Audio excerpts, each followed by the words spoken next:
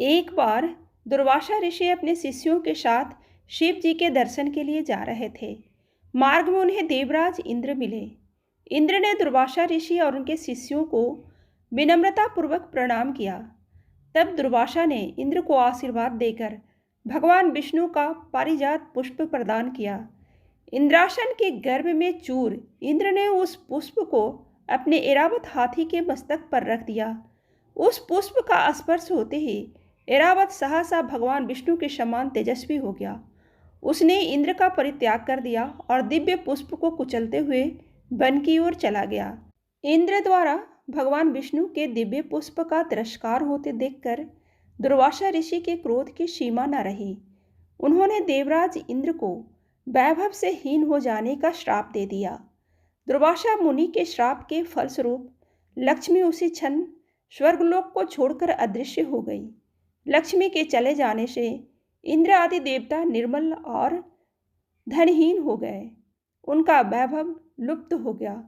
इंद्र को बलहीन जानकर दैत्यों ने स्वर्ग पर आक्रमण कर दिया और देवगण को पराजित करके स्वर्ग के राज्य पर अपना परचम लहरा दिया। तब इंद्र देवगुरु बृहस्पति और अन्य देवताओं के साथ ब्रह्मा जी की सभा में उपस्थित हुए।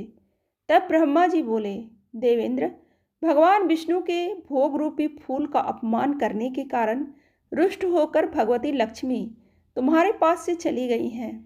उन्हें पुनः प्रसन्न करने के लिए तुम भगवान नारायण की कृपा दृष्टि प्राप्त करो। उनके आशीर्वाद से तुम्हें खोया वैभव पुनः मिल जाएगा। इस प्रकार ब्रह्मा जी ने इंद्र को आश्वस्त किया और उन्हें लेकर भगवान विष्णु की शरण में पहुँचे। भगवान विष्णु भगवती लक्ष्मी के साथ विराजमान थे। देवगण भगवान विष्णु की स्तुति करते हुए बोले, भगवान, आपके चरणों में हमारा बारंबार प्रणाम। भगवान, हम सब जिस उद्देश्य से आपके शरण में आए हैं, कृपा करके आप उसे पूरा कीजिए। दुर्वासा ऋषि के श्राप के कारण माता लक्ष्मी हमसे रूठ गई हैं और दैत्यों ने हमें पराजित कर स्वर्ग पर अधिकार कर लिया है। अब हम आपकी शरण में हैं, हमारी रक्षा कीजिए। भगवान विष्णु त्रिकालदर्शी थे। वे पल भर में ही देवताओं के मन की बात जान गए। तब देवगण से उनके वैभव लौटाने के लिए दानवों से दोस्ती कर उनके साथ मिलकर समुद्र मंथन करने को बोले।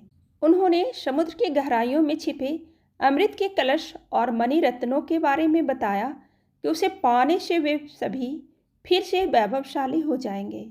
भगवान विष्णु के कहे अनुसार इंद्र सहित सभी देवता दैत्यराज बलि के पास संधि का प्रस्ताव लेकर गए और उन्हें अमृत के बारे में बताकर समुद्र मंथन के लिए तैयार कर लिया। समुद्र मंथन के लिए समुद्र के मंदराचल को स्थापित कर वासुकी नाग को रस्सी बनाया गया। तत्पश्चात दोनों पक्ष अमृत प्राप्ति के लिए समुद्र मंथन करने लगे। अमृत पाने की इच्छा से सभी बड़े जोश और वेग से मंथन कर रहे थे। सहसा तभी समुद्र में से कालकूट नामक भयंकर विष निकला। उस विष की अग्नि से दसों दिशाएं जलने लगी। समस्त प्राणियों में हाहाकार मच गया। देवताओं और दैत्यों सहित ऋषि मुनि गंधर्व मनुष्य और यक्ष सभी उस विष की गर्मी से जलने लगे। देवताओं की प्रार्थना पर भगवान शिव विषपान के लिए तैयार हो गए। उन्होंने भयंकर विष को हथेलियों में भरा और भगवान विष्णु का स्मरण करके उसे पी गए। भगवान विष्णु अपने भक्तों के संकट हर लेते हैं। उन्होंने उस विष को शिव जी के कंठ में ही रोककर उसका प्रभाव समाप्त कर दिया। विष के कारण भगवान शिव का कंठ नीला पड़ गया और वे संसार में नीलकंठ के नाम से प्रसिद्ध हुए। जिस समय भगवान शिव विषपान कर रहे थे, उस समय विष की कुछ बूंदें नीचे गिर गई, जिन्हें बिच्छू, सांप आदि जीवों और कुछ वनस्पतियों ने ग्रहण कर लिया। इसी विष के कारण वे विषैले हो गए।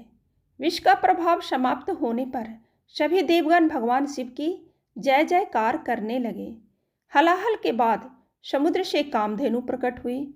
वह यज्ञ हवन आदि सामग्री उत्पन्न करने वाली थी, अतः उसे ऋषि मुनियों ने ग्रहण कर लिया। उसके बाद उच्चैःश्रवा नामक 7 मुखों वाला एक अश्व निकला। वह चंद्रमा के समान श्वेत वर्ण का था। उसकी सुंदरता से प्रभावित होकर उसे दैत्यराज बलि ने ग्रहण कर लिया। समुद्र से श्वेत वर्ण का ऐरावत निकला। उसे अपना वाहन बनाने के लिए इंद्र ने ग्रहण कर लिया। उसके बाद कौस्तुभ नामक मणि प्रकट हुई। उसे श्री विष्णु ने धारण किया। समुद्र मंथन से कल्प वृक्ष तथा अनेक सुंदर अप्सराएं भी प्रकट हुईं। उनके बाद ऐश्वर्य और भोगों की देवी लक्ष्मी प्रकट हुई। वे भगवान विष्णु की नित्य शक्ति हैं। देवी लक्ष्मी समुद्र की पुत्री के रूप में उत्पन्न हुई थी। उन्होंने प्रकट होते ही भगवान विष्णु को वरमाला डालकर पति के रूप में स्वीकार कर लिया। अंत में समुद्र से एक दिव्य पुरुष प्रकट हुए। दिव्य वस्त्र आभूषणों से सुशोभित वे दिव्य पुरुष श्री विष्णु के अंशा अवतार और आयुर्वेद के प्रवर्तक वैद्य धन्वंतरि थे। उनके हाथों में अमृत से भरा कलश था। उन्हें देखकर दैत्यों ने समुद्र मंथन छोड़कर उनसे अमृत का कलश छीन लिया। तब भगवान विष्णु ने मोहिनी अवतार धारण करके देवताओं को अमृत पान करवाया। इसी प्रकार सभी देवता वैभव से संपन्न होने के साथ साथ अमृत पान कर अमर हो गए।